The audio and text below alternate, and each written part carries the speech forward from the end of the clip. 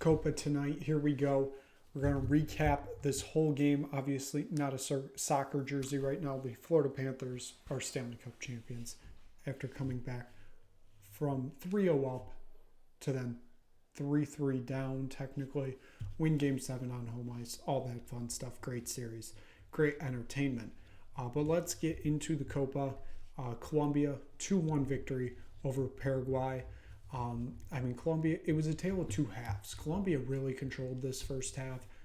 Paraguay, second half, looked like they were going to get an equalizer. They obviously don't. Munoz and Lerma, goals in the first half for Colombia, both just brilliant shots to break past that Paraguay defense, back line. And then Ensko in the 69th minute, it felt like there was a real turning point at the beginning of the second half. Paraguay started to look better and better. That seemed to be the culmination of that. And then it felt like they were quickly chasing after a second, and it just never came for them. So Colombia now go top of Group D with that victory. And then the other game of the day, it was Brazil 0, Costa Rica 0. I am not going to sugarcoat it. Not a second of this game watched, to be honest.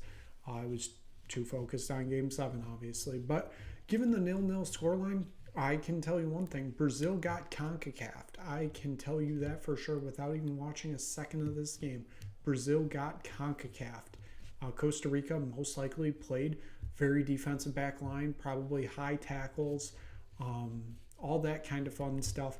And Brazil just didn't know how to handle it. Outside the Real Madrid players in this Brazil team, there's not a ton of great talent there, if we're honest. It isn't great.